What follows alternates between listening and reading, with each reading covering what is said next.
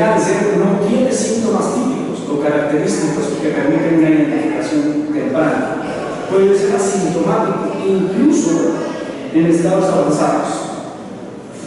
Tenemos francos ejemplos ahorita nuestros, unos íntimos amigos nuestros que no se le han dado cuenta con cáncer avanzado. Los médicos, uno de ellos van a poner en cáncer. Y en estados avanzados ya tenemos que tener signos de alarma, doctores, como todos estos debieron haberlos puesto en la respuesta, en que tienen anemia, en que tienen pérdida de peso, en que tienen sangrado superior grado, quiero decir, por la boca y por el recto, tienen masas y tienen adenopatías. Además, pueden tener unos factores familiares de primer grado, que con eso nos conlleva a determinar un paciente aparentemente sano tiene un factor de riesgo de envenenamiento. ¿Correcto? Entonces, no son claros los síntomas.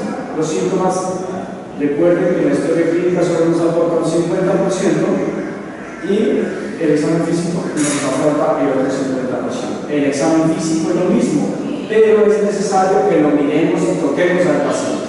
Los pacientes tienen una característica del cáncer gástrico en que les sale un ganglio supraclavicular izquierdo y eso se llama cáncer del pecho. ¿Sí? Ganglio de pecho. Es decir, que la flechita era supraclavicular pecho y hay que tocarle la axila al paciente. Hay que tocarle las axilas al paciente y si tienen una adenopatía es probable que sea un ganglio de Lynch y que pueda estarme sugiriendo una neoplasia. Los cánceres tempranos están localizados en la mucosa y en la submucosa. Los cánceres tardíos pasan esa parte y pasan la membrana basal. El pronóstico, por lo tanto, es difícil si lo hacemos en etapa tardía, porque el 80% de los pacientes son ya diagnosticados tardíamente. Pero si tomamos estrategias como las que estamos presentándoles, es probable que un cáncer se descubra tempranamente. El ejemplo anterior era simple: doctor, yo estoy bien, me dijo los pacientes, pero mi mamá tenía un cáncer gástrico. Porque es posible que esa paciente haciendo la mamografía tenga una posibilidad de cáncer gástrico. Por eso hay que tener esta estrategia de vigilancia endoscópica. La vigilancia endoscópica es lo plenamente recomendado para el control del cáncer gástrico. Aquí hay dos ejemplos simples de cómo una displasia severa se puede convertir en cáncer gástrico rápidamente y una displasia leve también.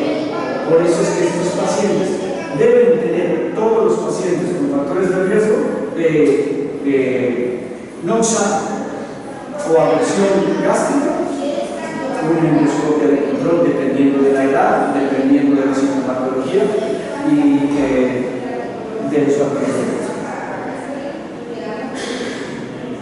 Se recomienda la vigilancia del endoscopio como método de prevención del cáncer. Allí había una trampa que decía que no se recomienda. Sí se recomienda. Entonces la respuesta era falsa. Segundo, se recomienda como método de prevención de cáncer en pacientes mayores de 35 años. Eso lo vimos en la charla anterior, en la que dividíamos a los pacientes en mayores de 35 años y menores de 35 años. Mayores de 35 años, a todos hay que hacerles endoscopia. Menores de 35 con factores de riesgo, hay que hacerles a todos los endoscopios. Y menores de 35 que no tengan factores de riesgo, mírenlo, trátenlo y miren hasta dónde pueden resolver su estrategia.